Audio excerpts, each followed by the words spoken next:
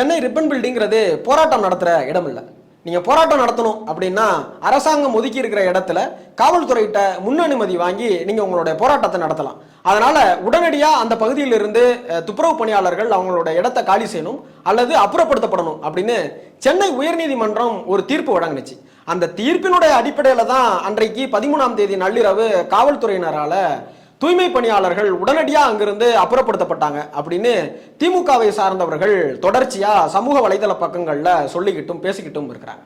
இதற்கு இடையில இந்த வழக்கை தொடுத்தது யாரு அப்படின்னா தேன்மொழி அப்படிங்கிறவங்க இந்த பொதுநல வழக்கை தொடுத்தாங்க அப்படிங்கிற செய்தி நமக்கு தெரிய வந்தது.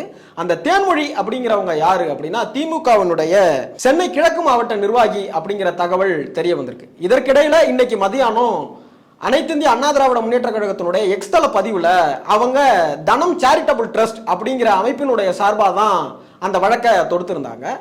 அந்த அமைப்பு யாருடையது அப்படின்னா இந்து சமய அறநிலையத்துறை அமைச்சரான சேகர் பாபு அவருடையது அப்படிங்கிற தகவலை அவங்க வெளியிட்டு இருக்கிறாங்க. இது மிகுந்த பரபரப்பை உண்டாக்கி இருக்கு.